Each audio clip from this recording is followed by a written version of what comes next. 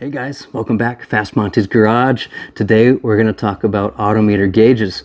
I've now come to the point where I need to put backup gauges in because those of you that have been following along know that I had an issue with my oil pressure and it was my stock mechanical gauge. I didn't know if it was giving me fits for the sending unit, etc. And we had to go through this whole mechanical process of testing that, which resulted in me pulling the engine out and fixing the problem. So if you missed that playlist, go right there. Click on that link, go through the whole engine build. But now the engine's in, it's running great. I'm not comfortable with my gauges, and a good example of that is my water temperature. So my stock gauge reads lower than my Phytech water temperature gauge, which is in the handheld unit, and I don't know which is correct. I can laser gun it all day long.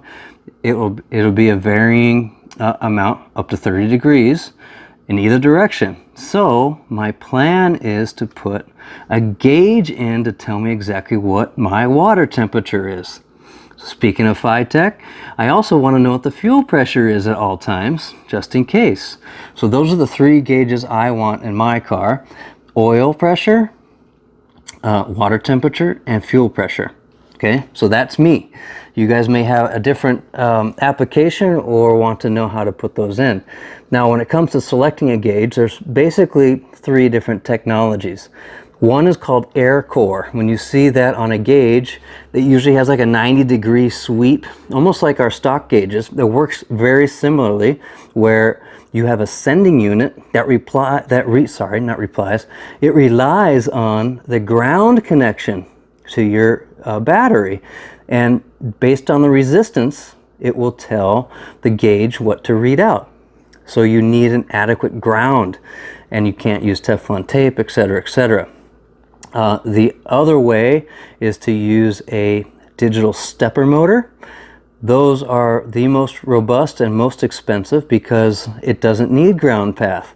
It uses a solid state sensor or sending unit to get that data to the gauge. And then inside the gauge there's a stepper motor, and it's very accurate. It's like plus or minus 1 degree, something like that. Don't quote me, guys. Now the third type of gauge is called the mechanical gauge, and that's what I opted to go with. The reason is I didn't want to troubleshoot a sending unit ever again. I already have 2 sending units for temperature and oil pressure. I don't need another one. So I wanted to add a mechanical gauge. Now, the negative with a mechanical gauge is we have to run a line, typically a nice size line like this guy here, from the fuel line to the gauge inside the cockpit. Not necessarily the super safest thing to do, but we're going to do it the best we can and take all precautions necessary for the fuel. For water temperature, the water temperature gauge is really cool. It actually has an ether gas inside the line. So when that temperature probe on the end heats up, it applies pressure to the gas, and that gas pushes something inside the gauge and reads a measurement. Now, the other cool thing is it doesn't need any power. So when you turn off the engine, it'll still give you the accurate reading. That's kind of nice. And then the oil pressure, same thing. We're going to have a sending tube that comes from the block all the way into the cabin. That's the plan, at least. Now, that's like I said, the drawback is the installation procedure for a mechanical gauge is the worst of all 3 types of gauges. Now, moving forward, the first thing we have to tackle is where are we putting these said gauges? Have you guys seen my cockpit? Yeah. It looks stock, doesn't it? I really don't want to clutter it up with other gauges. So the gauges I went with look very similar to the stock gauges, a chrome ring, black face. And then I went ahead and got this little mount panel. I plan to put it underneath the dashboard right in front of the shifter. And depending on your car, you can put it anywhere. You can put a gauge pod, whatever, you know, be creative as you want. That's the whole point. The installation procedure is going to be identical. But we need to know where the sending unit is, or where we're attaching to the engine, and where the gauge is. So let's go ahead and tackle that first. Let's figure out where to put these gauges. Here's the hardest part of the process, everyone. Is just where do we put this? Do we put it over here, over here? What do we do? Well, I'm going to center it on my ashtray. So my ashtray is right here. And I think if I center it, it'll be just fine. It's actually closer to me. I'm the driver. I should know, right? And there's also a piece of steel on the back here, right before the back of the dash, which would be a good spot to mount to. And we can get at least these 2 holes to mount. And if I need to use the other 2 holes, we'd have to shim it because it bends up a little bit on each side. So I'm gonna go ahead and get a piece of tape, put it on the underneath here, take a Sharpie, make some dots on the tape, get my 90-degree drill, because I don't think I can get a standard drill in here. Start a couple holes and see how she looks. Yep, good call with the 90-degree drill. There we go.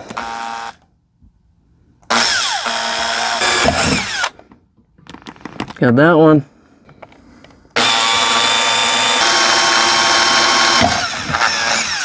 Two done.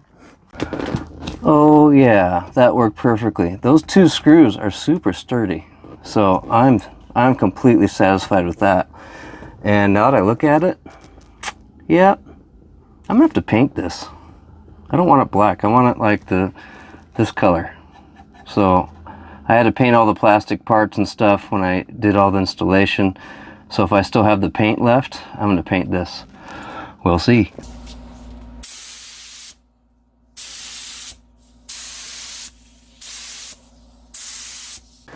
Oh yeah, what a great decision.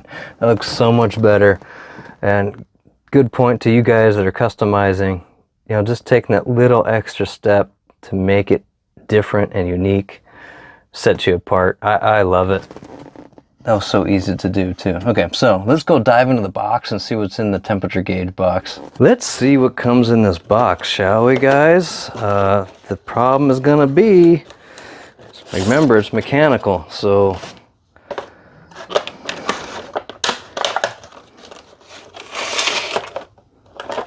that looks cool. Looks cool. So here's our drama with mechanical. Is this cable or tube or whatever it is cannot be disconnected. So we have to run the gauge. We have to feed this through our gauge, our pod, not our pod, our mount, all the way through the firewall into a water source. So that's the difficulty with the mechanical gauge. Let's see what else is in here. Oh, we got some grommets. Obviously our fasteners to attach it to our gauge panel, a light bulb. And guys, this is the only thing we have to wire, is the light. Remember I said earlier, this does not require power to run. And then we have an adapter. So I can see right away, let me undo this real quick. All right, so here's our business end. This obviously gets screwed down, but this is not an NPT fitting. This is a straight cut, almost looks like an AN style, you know, for compression fitting. And here's the mating nut. This is a 1/2 inch NPT. I can tell this is national pipe thread. That's what typically is in your intake manifold. It's tapered to help lock it down and prevent leaks. But this is the adapter that goes in there like that. So the problem is, one, you might not have a 1/2 inch NPT port available. I do not. So you can actually go to Autometer and get an adapter. So this is a 3/8 NPT thread on one end and then the correct adapter for this end. Now, if you don't have any available room in your manifold, I'll show you guys mine in a second, then you'd have to get an adapter to either tap into your top radiator hose. Here's a picture of one. So you can tell that this actually screws right in, and that'll get you going for where to put your reading or your temperature probe. Let's call it a temperature probe. Other than that, let's I got to think about where to run this thing. So I'm going to put this in the panel, see how it looks, and then start brainstorming where to put this. All right, let's get this in here. Obviously it's a pain in the butt because this comes off. We have to thread it back on here after we put the gauge in the mount, and then we have our lock washer and thumb nut to put on there. That'll lock it down. And I failed to mention earlier, but this thing is 12 feet long. You can order a 6-foot version. I thought that 6 foot would probably be cutting it close for me. So I'm gonna go ahead and go in this location here, and then we'll determine where to put a hole. And I figured out that I think I do have to cut a hole, and then we just slice that grommet, put the grommet in, but we'll do some math on that in a second. Oh yeah, video doesn't do it justice, but it looks killer right there. I'm gonna go ahead and get back to the bench, show you what we'll do for the plan of attack for the hole in the firewall. All right, instructions say to cut a 7/8 inch hole in the firewall, and I'm curious what this inside diameter is of this grommet, because it looks to be pretty big. Hey, 875. That's 7/8. Nice. So what you do, guys, is you just slit this with a razor blade, and then you can slip it over the capillary tube and then wiggle it into the hole. Now to cut that hole, remember the Christmas tree? We're going to get this tool out, and I like to tape where to stop. So that's 7/8 of an inch right there on this diameter.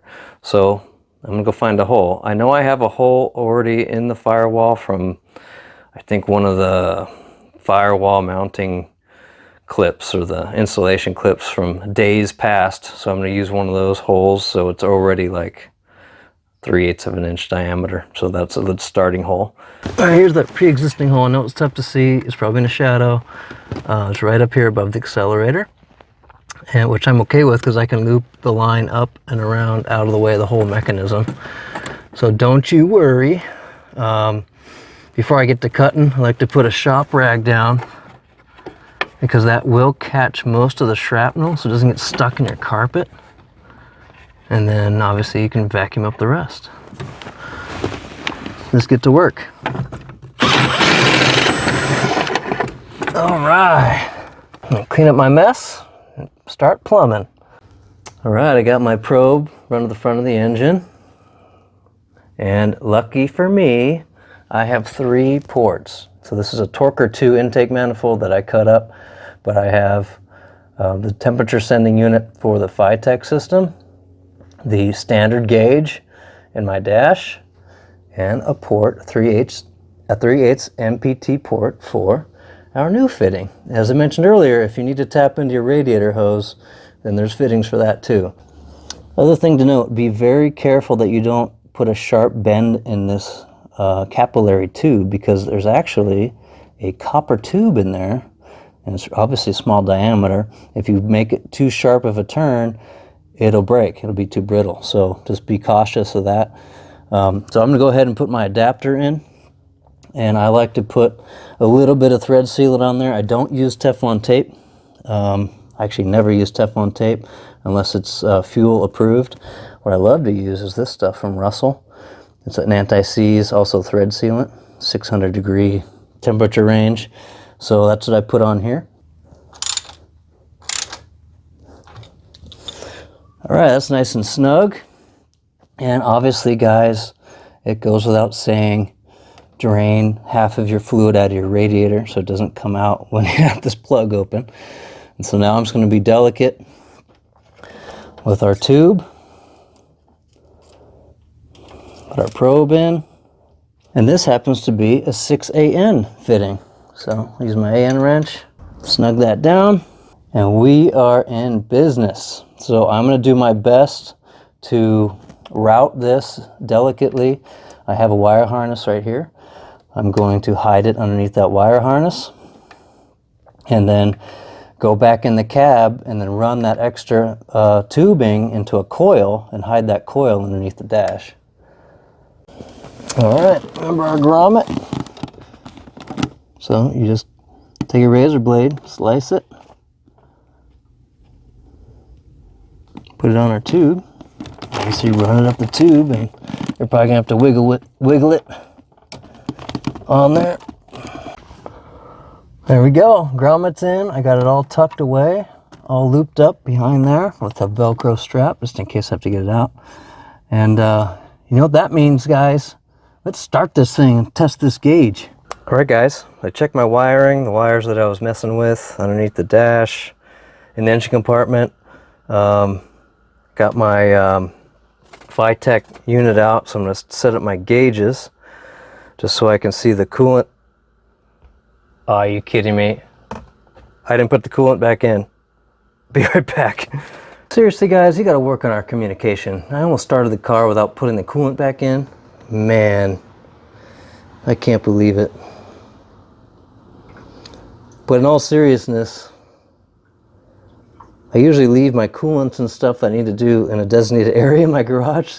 So I basically have to trip over it before I get in the car. And because I was working on the interior, I moved all that stuff, including the coolant. So that's how I forgot.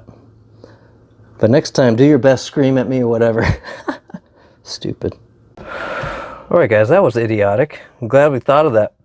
Glad this thing told me to put the coolant temperature in. That's the only way I reminded myself. Anyway, okay, here we go. Turn on my annoying fuel pump, which is going to be a project in the future. But let's start this thing, get up to temperature, compare the coolant temperature on the handheld with the coolant temperature on our new gauge versus our coolant temperature on the stock gauge. So I'll be back in a minute when it's all warmed up.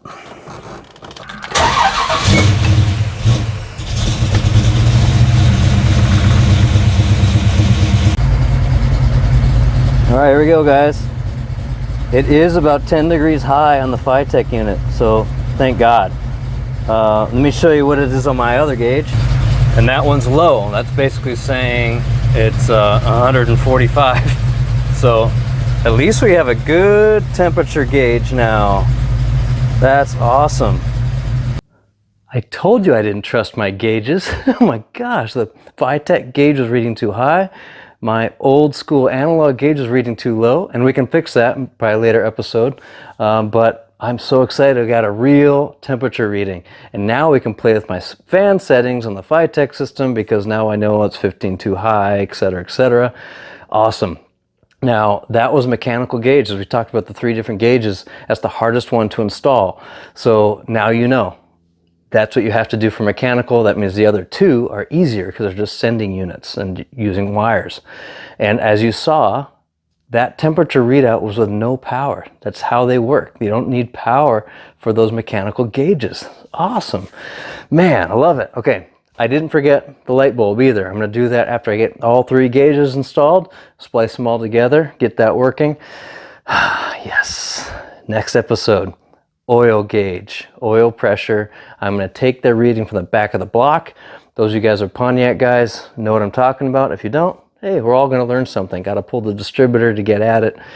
Again, a little work involved. It's a mechanical gauge. It's the worst of the 3. Man, I love it. Can't wait. So until next time, build them fast, drive them faster. See ya.